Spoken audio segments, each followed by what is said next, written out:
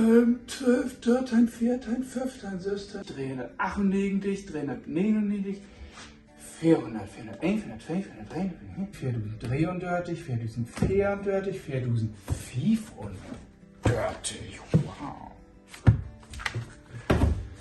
4036, 4037, 8044, 8044, 8026.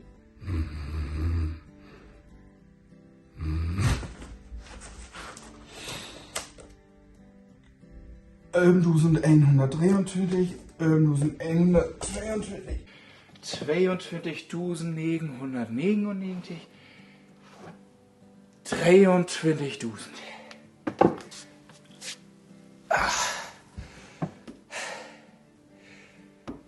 23.000 Böker.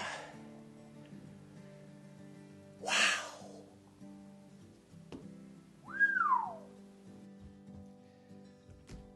Ah. 23.000 Böker. Wer schaltet denn A lesen? So, hätte das denn wie Jo in der Klasse genauso gut klappt mit der Tellen als hier bei mir? Habt ihr auch so viel tellt? 23.000 Böcker? Nicht schlecht. So, ich glaub, dann ist das wieder Tiet für uns plattdeutschen Witz und der geht so. Passt auf. Der Lehrer fragt die Klasse, wo kein kann mi 5 Derten ut Afrika singen? Paul meldet sich und sagt, ein Löw und 4 Zebras. Klar? Was ist ein Dert? Was sind Derten? Ein Löw ist ein Dert, ein Zebra ist ein Dert, ein Katheker ist auch ein Dert.